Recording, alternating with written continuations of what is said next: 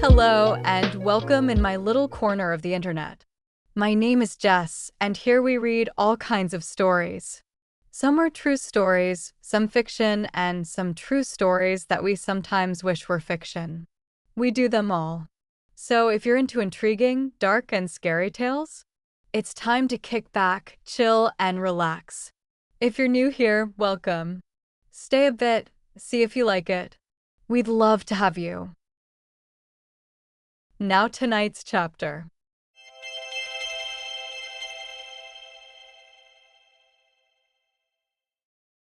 The Silver Wolf Queen.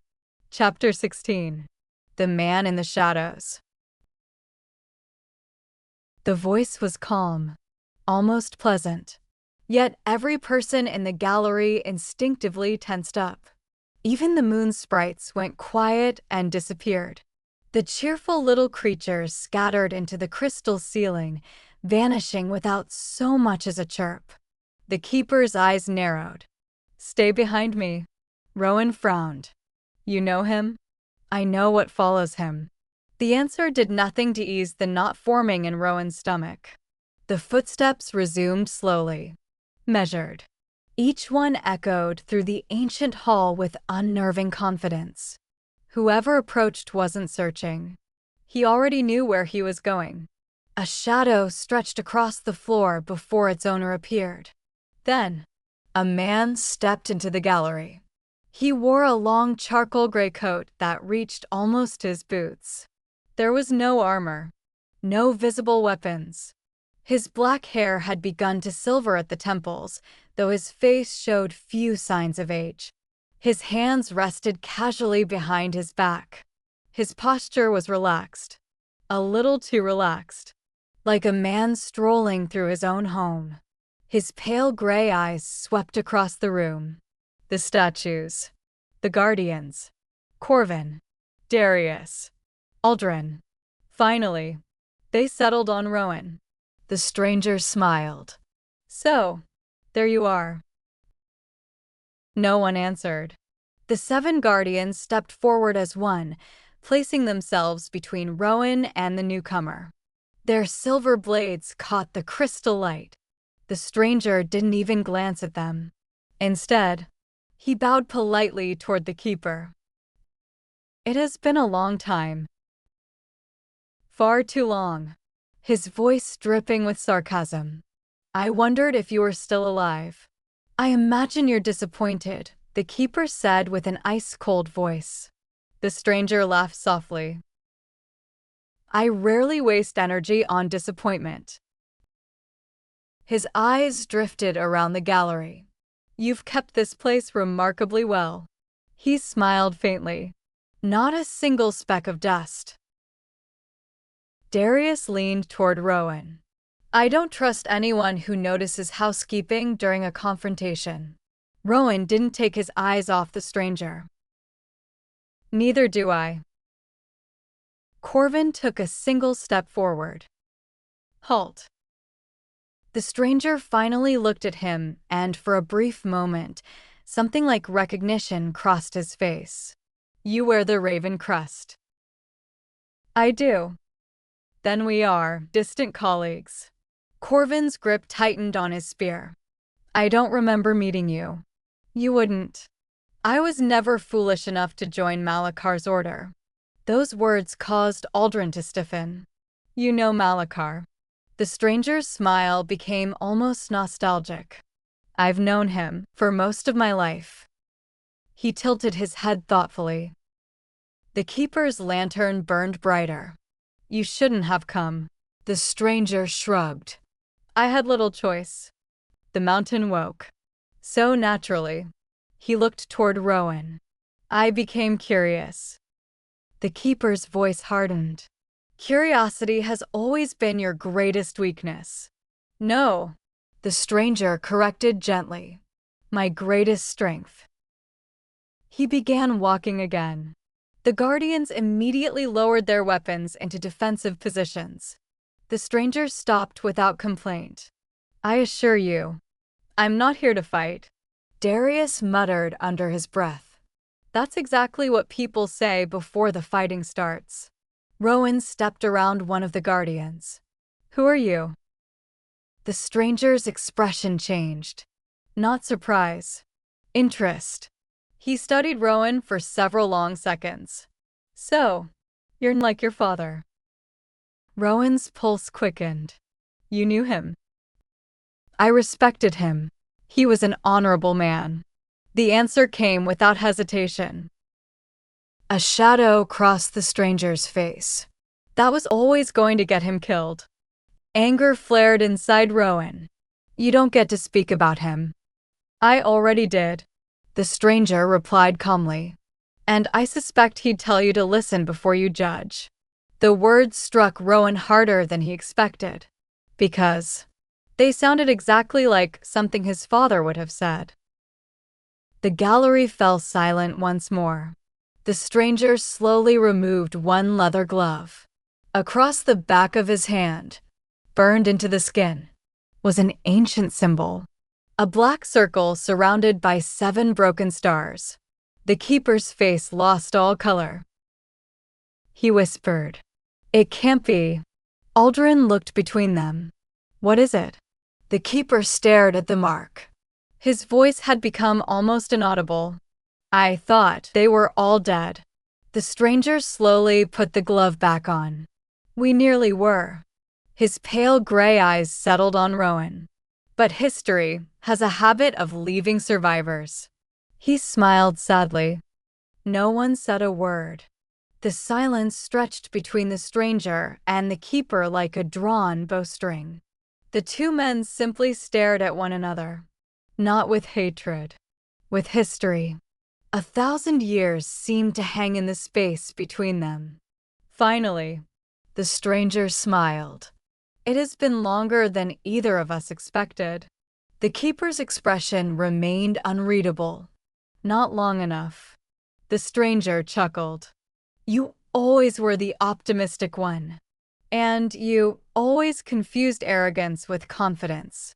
For the first time since entering the gallery, the stranger laughed openly. I've missed that. Darius leaned closer to Aldrin. Do they always insult each other this politely? Aldrin didn't take his eyes off the 2 old men. I don't think they're insulting each other. I think they're remembering. Corvin nodded almost imperceptibly. He understood. There was something deeply familiar about 2 old warriors' souls who had survived too much. Sometimes friendship and rivalry became impossible to separate. The stranger looked toward the statues lining the gallery. They're still here. The keeper followed his gaze. Where else would they be? I thought you might have buried them. The stranger paused. I did. The keeper smiled sadly. Every one of them. He gently rested a hand on the nearest statue. But memories deserve monuments. The stranger lowered his head. They were good people. They were. For a brief moment, the years seemed to fall away. Neither man looked like an enemy. Only 2 old souls carrying the weight of the same terrible memories. Rowan finally broke the silence. You still haven't answered my question. Both men turned toward him. Who are you? The stranger studied him carefully. I have had many names. The keeper sighed. There you go again. The stranger smiled. Well, you started it. The keeper actually rolled his eyes. Darius blinked. He looked at Rowan. Did the mysterious 1,000-year-old just roll his eyes? Rowan couldn't help smiling. I think he did. The keeper looked mildly embarrassed. Some habits are difficult to lose. The stranger inclined his head toward Rowan. My name, he paused, is Cashin. Nothing happened. No dramatic revelation. No gasps. Just a name. Rowan frowned. Cashin. It doesn't mean anything to me. I know. The stranger nodded. It wasn't meant to. He looked toward Aldrin. But perhaps It means something to our historian here. Aldrin searched his memory. Cashin. Cashin. His eyes suddenly widened. His voice cracked. It can't be. The stranger smiled faintly. I've heard that several times today. Aldrin took an unsteady step forward. The journals. The missing journals. He looked as though he had seen a ghost. There was a royal advisor. The king's shadow. The man entrusted with carrying messages between the 7 houses. He disappeared the night Silverhold fell. Cashin gave a slow, respectful bow. Not entirely true. I was delayed. Even the keeper couldn't suppress a faint smile. Only by 1,000 years? I've had an unfortunate sense of timing. Corvin's expression darkened. The king's shadow. He spoke the title slowly. I've heard that name. Cashin looked at him. I'm certain you have. It became something else. Corvin's jaw tightened. The shadow hand. Cashin's smile disappeared. So, Malachar kept the name. He looked almost saddened. He twisted it. Corvin nodded. Yes. He turned it into an order of assassins. Cashin closed his eyes. For a split second, pain crossed his face. I feared he would. The keeper's voice softened. You tried to stop him? I failed. Cashin looked down at his gloved hands. And thousands paid the price. A heavy silence settled over the gallery. Then Rowan asked the question that had been haunting him since the stranger arrived. If you're not my enemy. He took a cautious step forward. Then why did the Guardians draw their swords? Cashin looked at the 7 ancient warriors. A smile slowly returned. They weren't protecting themselves. His gray eyes met Rowan's. They were protecting me. The room fell silent. Even the keeper looked surprised. Cashin sighed. Because if I had walked into this room 10 years ago. He glanced at Corvin. One of you would have killed me before I could even open my mouth to speak. He smiled sadly. And you would have been doing exactly what Malachar trained you to do. Corvin didn't deny it. He looked Cashin squarely in the eyes. Yes, that is probably true. I would have. The admission hung heavily in the air. I wouldn't have asked your name. I wouldn't have listened. I would have killed you. Cashin nodded. I know. You were very good at your job.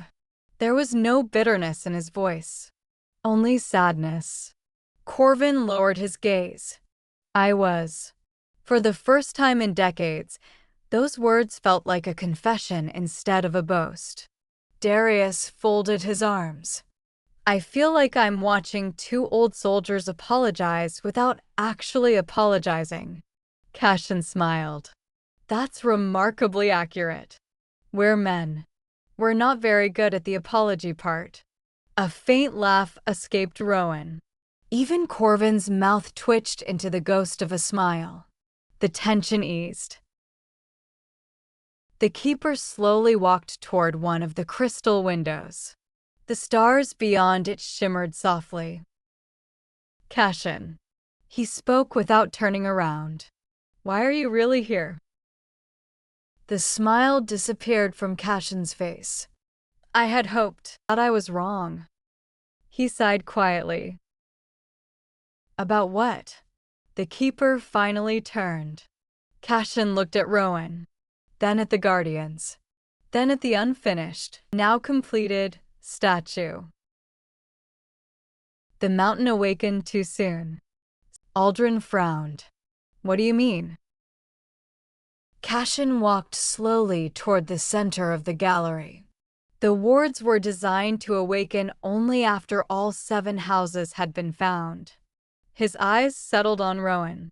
Not one. The keeper's expression became troubled. That isn't possible. I know. Cashin nodded. Which means something has changed. Aldrin's heart sank. The 7 houses. He hesitated. You're saying there were supposed to be survivors?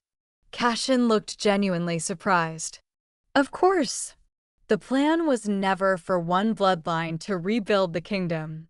It was meant to be all 7. He glanced around the gallery.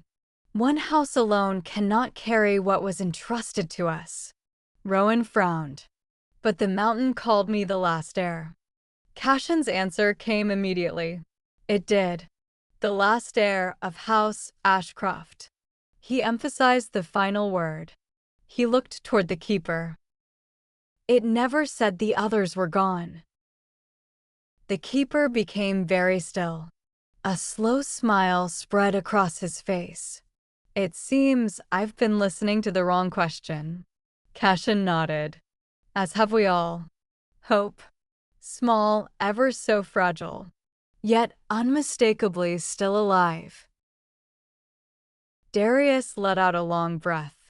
So, you're saying there might still be descendants from the other houses? Possibly. They've been hiding. Probably. He counted on his fingers.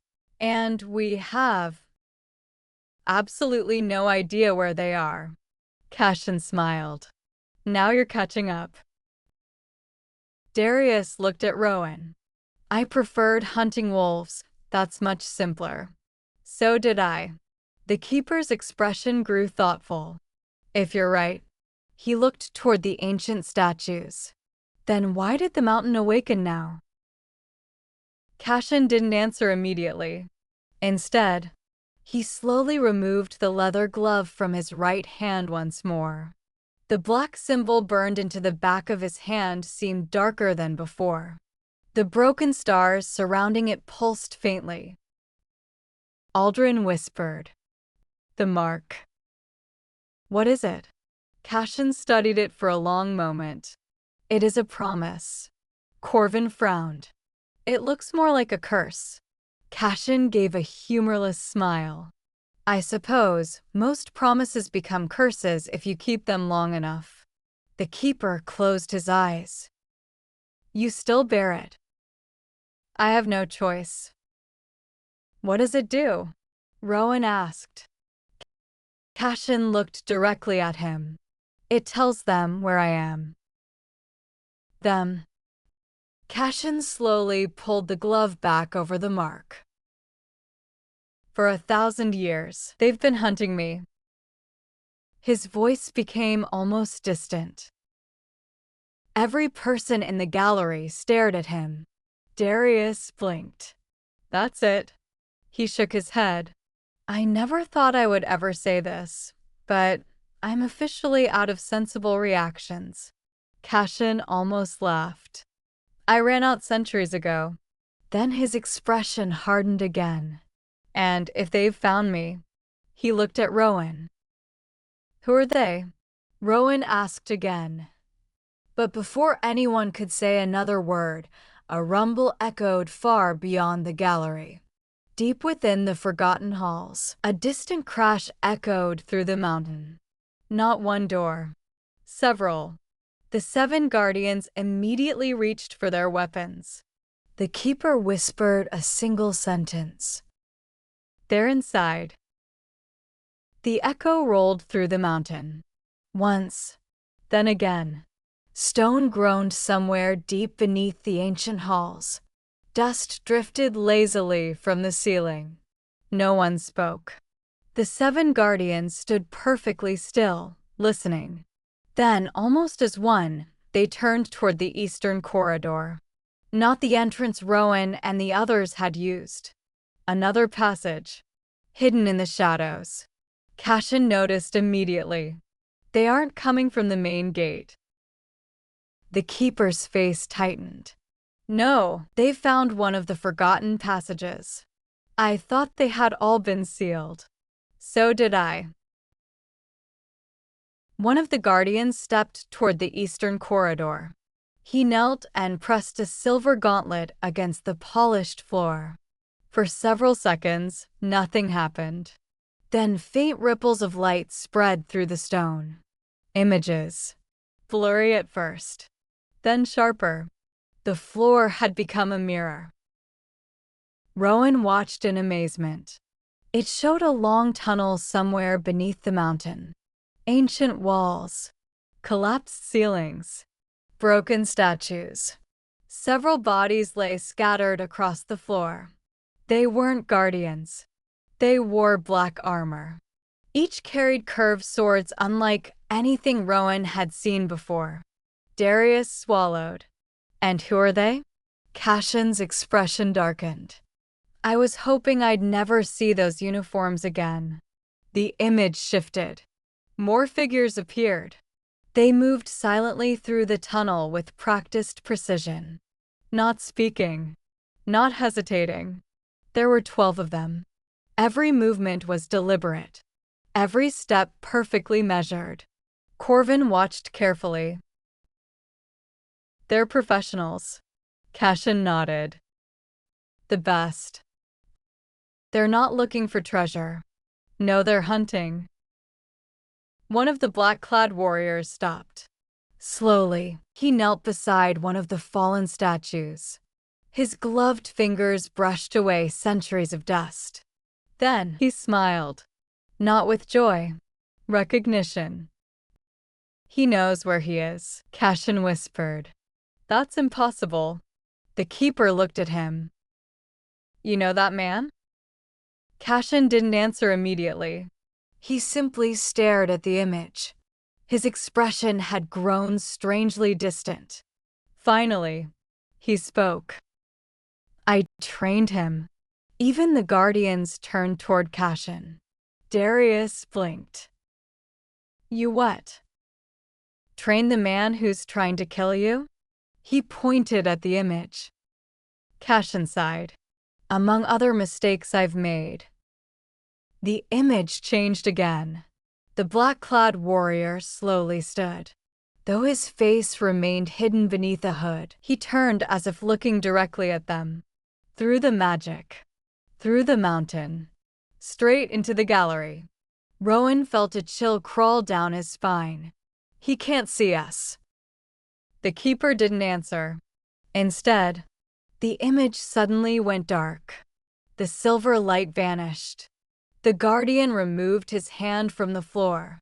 A thin crack now ran across the polished stone. Cashin stared at it. He broke the scrying. Corvin frowned. Can someone do that? Cashin nodded slowly. Only if they know they're being watched. The implications settled over everyone. The man in the tunnel hadn't guessed. He had known. The keeper turned to Cashin. Tell me his name. Cashin remained silent. Cashin. The keeper's voice grew firmer. If he's here, we deserve to know. Cashin looked toward Rowan. His eyes carried a sadness that seemed centuries old. I taught him because I believed he would become the greatest protector our order had ever known. A bitter smile crossed his lips. I was half right. He became the greatest. The gallery remained deathly quiet. The smile vanished. He simply chose the wrong people to protect. Rowan stepped closer. Who is he? Cashin drew a slow breath. My son. No one moved. No one even seemed to breathe. The words struck harder than any blade. Darius looked from Cashin to the darkened floor, then back again. The man leading them. Cashin nodded. My son. Far away, another horn echoed through the mountain. This one sounded closer, much closer. The High King's guardian slowly raised his glowing sword. Then, for the first time since awakening, he spoke a name. Kalen. Cashin closed his eyes. So, he whispered. He finally found me. No one knew what to say. Cashin's son. The words refused to settle. Darius finally broke the silence. I wasn't expecting that. Cashin replied quietly. Neither was I. He continued staring at the darkened stone where the vision had vanished. A faint smile crossed his face. When Kalen was born, his mother insisted he would grow into a poet.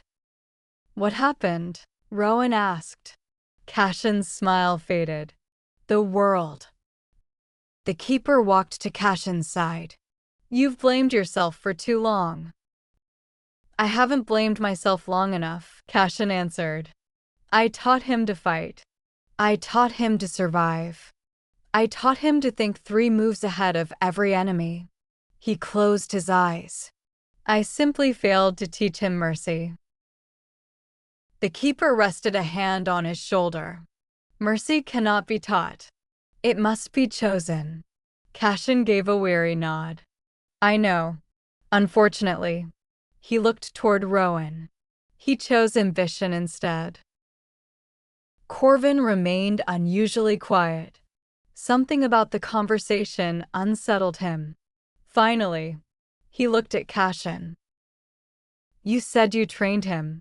I did. You also trained Malachar. Cashin met his gaze. No. Corvin frowned.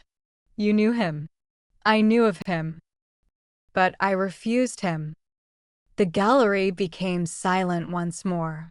Cashin continued. Malachar came to us as a young man. He was brilliant, disciplined, fearless. He believed strength could solve every problem. Cashin's eyes hardened. I believed he would eventually outgrow that arrogance. I was wrong. The keeper sighed softly. Some men mistake fear for respect. Cashin nodded. And power for wisdom. Aldrin folded his arms. If Malachar wasn't part of your order, then where did he learn everything? Cashin answered without hesitation. He watched. He listened. He stole. He took fragments of our teachings and removed everything that required compassion. Corvin lowered his head. The ravens. Cashin nodded. Malachar didn't create them. He corrupted them. The words struck Corvin like a hammer. For decades, he had believed the Raven Order was the pinnacle of discipline. Now he realized he had spent his life serving a broken reflection of something far older. The keeper slowly turned toward Rowan. Do you know why I welcomed you as Your Majesty? Rowan smiled awkwardly. I was hoping you'd explain that.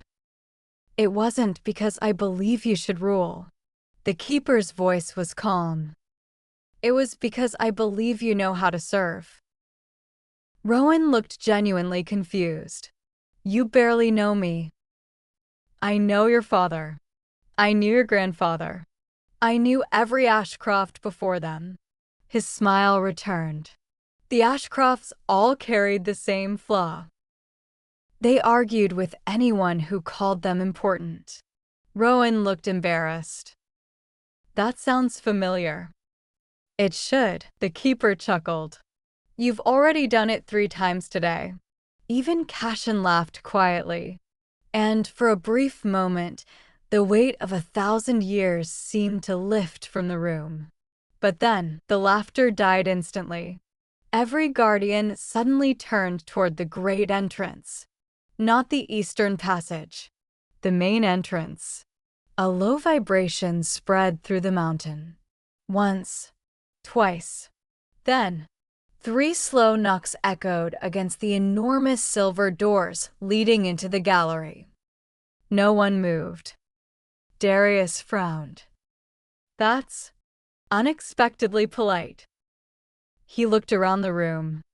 Another 3 knocks followed. Slow, patient, almost respectful. No one answered. Cashin's face lost every trace of color. No, he whispered. It can't be. The keeper looked at him. You know that knock. Cashin nodded once. The High King's guardian slowly lowered his sword, not in surrender, in recognition. Then the ancient warrior spoke 3 words that sent a chill through everyone present. The Queen's messenger. Silence fell over them like a blanket, and Rowan looked from the guardian to the keeper. The Queen. He frowned. I thought Queen Liriana died 1,000 years ago. The keeper didn't answer. He simply stared at the ancient doors as the 4th knock echoed through the gallery. And that's where we'll leave chapter 16. Today, the mountain revealed something even more dangerous than hidden passages or ancient enemies. It revealed the past. The mysterious stranger is no assassin, but Cashin, a man who has carried the weight of impossible choices for 1,000 years. A mentor, a survivor, a keeper of secrets, and perhaps most heartbreaking of all, a father whose own son now walks a path of darkness. As old alliances begin to take shape, one thing becomes painfully clear. History isn't repeating itself. It's finishing what it started.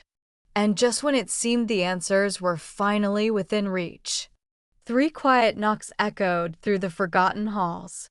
Not the knock of an enemy demanding entry, not the plea of a frightened traveler, but a greeting so ancient that even the king's guardians recognized it. Who could possibly stand beyond those doors after 1,000 years? And why does the sound of those 3 simple knocks fill the keeper with more fear than an invading army? We'll step through those answers together in the next chapter. If you're enjoying The Silver Wolf Queen, don't forget to subscribe and join us for the next part of Rowan's journey. Every chapter brings us closer to uncovering the truth buried beneath Silverhold. Thank you for spending part of your day with me. Let me know where you're listening from and what time it is where you are. I always enjoy seeing how far these stories travel. Until next time, be blessed and stay safe out there.